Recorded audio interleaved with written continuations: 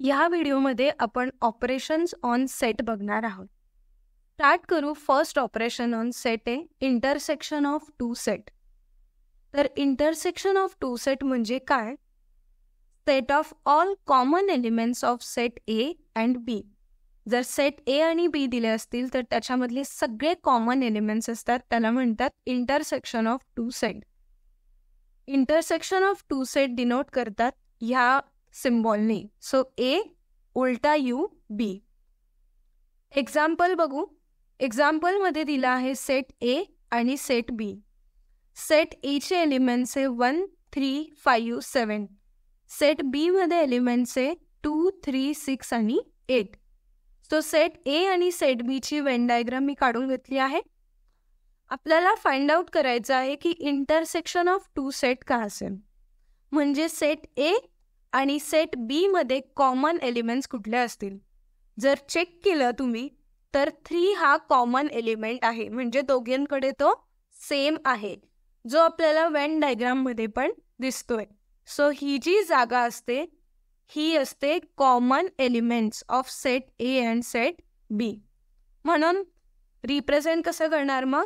A intersection B equal to 3. So this is how intersection of two sets आपण find out करू शकतो. पुढचं operation आहे disjoint set. Disjoint सेटमध्ये सुद्धा आपल्याला इंटरसेक्शनच काढावं लागतं. पण याच्यात काय आहे की set were not a single common element of set A and बी.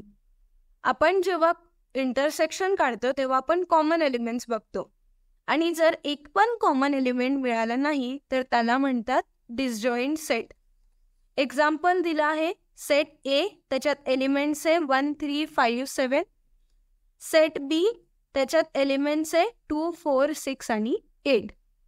परत सेट ए आणि सेट बी ची वेन डायग्राम काढू.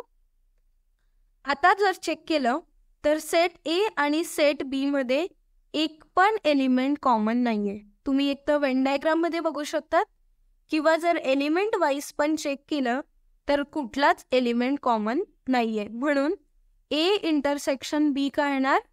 Empty set. आणि जेव्हा ए इंटरसेक्शन बी एम्प्टी असतं तेव्हा म्हणतो आपण की सेट ए आणि सेट बी हा डिसजॉईंट सेट आहे, म्हणजे ते दोघं कॉमन नाहीत. थर्ड ऑपरेशन आहे युनियन ऑफ टू सेट.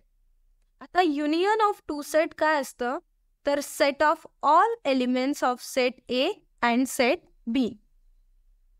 जसं इंटरसेक्शन मध्ये आपण कॉमन एलिमेंट काढतो तसं युनियन मध्ये सेट ए चे पण सगळे एलिमेंट्स लिहितो आणि सेट बी चे पण सगळे एलिमेंट्स लिहितो.